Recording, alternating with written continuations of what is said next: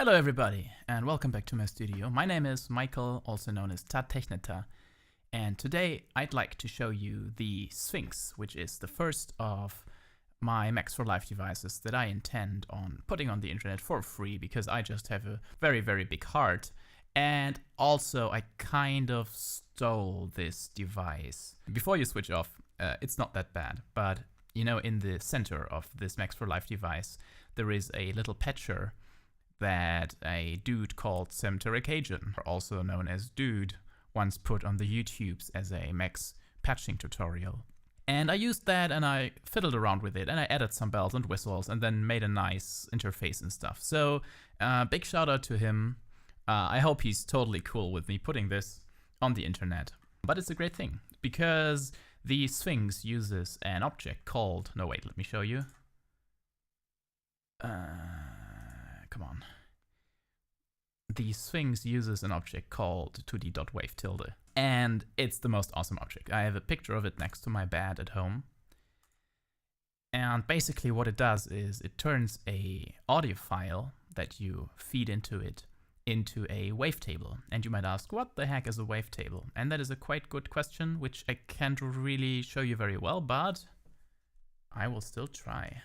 Let me get there. So, you have your standard run-of-the-mill audio file, and usually what you can do with an audio file is you can move through the file in this direction, or if you're feeling really edgy, you can even go backwards, or you can take just some part of it and loop it, or that kind of stuff. Basically, it's everything that your sampler does at home.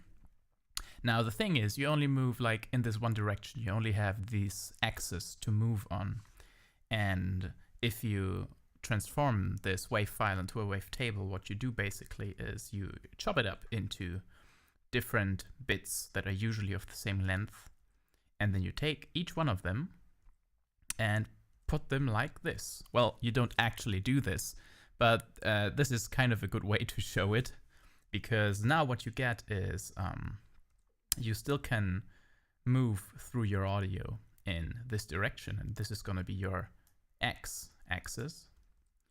And then also now you can also move like this through your audio. So you have your y-axis.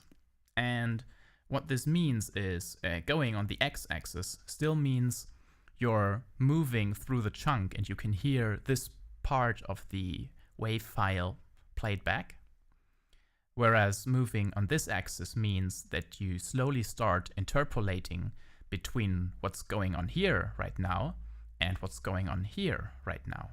So if you're moving from this part to that part, in the middle there is some kind of funky place where both are playing at the same time, and you can hear a mixture of both of them. And this all happens while you simultaneously also go in this direction. So, you know, you can go crazy with that thing. That's awesome. Also, if you draw some more lines, it really looks like a table. So that's basically why I think it's called a wavetable. It's super pretty. Now, back to the device. Once you've installed it, you can find it under your Max for Life, Max Instruments, and then just go and look for the Sphinx. Of course, you all know this, but you know, still. The Sphinx is a mythological creature, and what it does is it flies around somewhere around Thebes, and sometimes it lands next to a human, and it asks him a question. It's a riddle, a conundrum if you want. If that person is unfortunate enough to not be able to answer it, then he gets devoured. So basically, human being goes in, riddle comes out. That's what you would call a Sphinx in an audio context. So I chose this name because basically you put a healthy, nice audio file in, and what comes out sounds kind of like a riddle if you're listening really close and it's late at night and you've been drinking. Now, once you've loaded this, you can take just any sample out of your library or something and put it like right here in this place. If you drop it there, it will be loaded. And now you can adjust the playback tempo of your file and also the number of slices in which you want to cut it. For example, this is what it would look like with 4 slices enabled. Right now we have 2 slices, which basically just means you cut the audio in half. Now, what's important is how you move on the second axis. So how you can get from the one chunk of audio to the other chunk and start interpolating between them. For that matter, I have 3 different methods of moving about there. The most boring one, which is mainly used for scientific purposes, just lets you go through it manually. And let me just demonstrate this to you. This is kind of a Rhodes sample, I think. Let me just play it back for you. And you can hear that after the first half of the audio, it gets looped. And of course you can adjust the playing tempo. And this also lets you adjust which way you want to play it back. So you can go like this. Ah, beautiful. So edgy. So now, when I start moving here, you can see that at some point a second slider appears, and that means now the audio is interpolating between what's going on here and what's going on here. And eventually you will only hear the second half. And then if you go further, then you will again hear a mixture of both. Okay, so that's kind of nice, but it's still not very interesting. A more interesting approach to go about this is to use a oscillator to move through your wave file. Also, let's go to maybe 16 slices, because why not? An oscillator just means that you go through your different chunks, either in this direction, from chunk 1 to chunk 2 to chunk 3 to chunk 4, or backwards. So you go from the 16th to the 15th and so on. And this one lets you go forwards and then backwards and then forwards again. So for all synthesizer nerds out there, the oscillator that is moving your y-axis in this mode is a inverted sawtooth, and this is your standard sawtooth, and this is a triangle oscillator. If you enable this mode, you will gain control over your timing, which lets you either select your time in seconds and milliseconds, or if you hit this button, you can sync it up to your Ableton Live master transport up here. So this is basically 1/8 notes, so you can say you go through the file at every 1/8 note, or maybe at every quarter note, or every half note, or every bar. So let's take 1 bar to move through the audio, and it sounds something like this.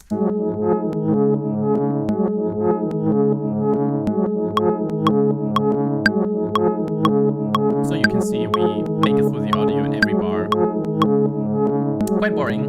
You can also go backwards and the other way around. What is more interesting though is, at this point, fiddling about with your number of slices and your timing. So for example, if you have not a lot of slices, like 16, it's not too much of a number, you could start going very, very slowly by going to time mode and then taking like something like 30 seconds, why not? And what you will get in this case is this kind of weird texture that keeps moving.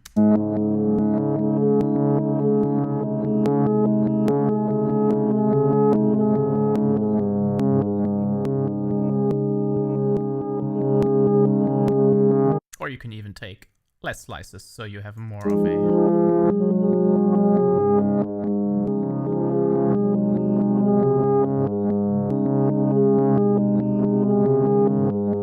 And that's about it. You could also do this with a lot of slices, which will cause you to have very stuttery kinds of sounds.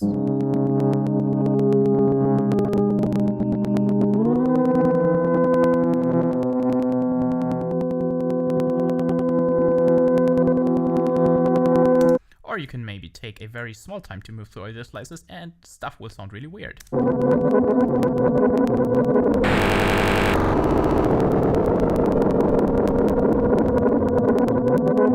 This is basically it. You can start moving about with that. One other thing is you also have the slice sync option, which is important for this mode and the random mode that we will talk about next. A slice sync basically means that you sync the start of each slice to your master tempo, because a problem with this device, if you want to use it in a rhythmical context, is that by changing the tempo, you have the audio going crazy on your master transport, because of course it's not like in Ableton where everything is warped and no matter how much you change your tempo it will always stay in sync. No. This one can go quite the odd way. can enable slice sync, and now every 16th note of your master transferred, the current slice is going to be played again from the beginning, so you get kind of a stutter-like effect that goes like this.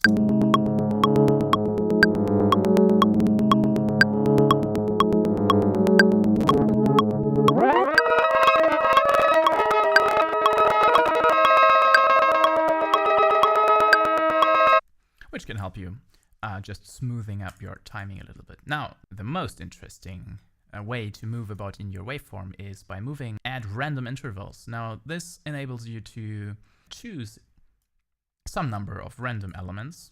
I will take 8 now. And all you have to do is hit this button and it will take 8 random slices of those that you have available and then play them back in a sequence that never changes. So you get kind of a rhythmical pattern that does not change. It could be advisable to go into sync mode and take a short time. So now all of these 8 slices will be played at 1/8 note at a time. So basically we are going to fill 1 bar of music with this. And let's take more slices so you have more different points where your random elements could start. Hit play and it's going to sound like this.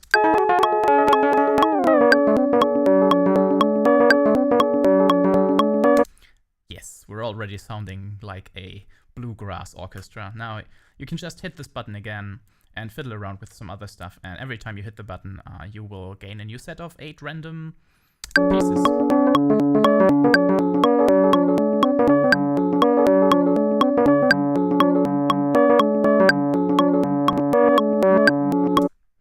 And that is basically it. One last thing is that I also added this mode. If you hit this button, then you will allow some little bit of aleatoric into your music, because now these bars here represent each of the random elements that you have created in this mode, and it will go through them in sequence, and the value that you give those is going to be the probability that they are actually going to be played back. So if you have everything all the way up, then every slice will be played back. You can also disable some slices completely, or maybe give them a random chance of playing back, like this.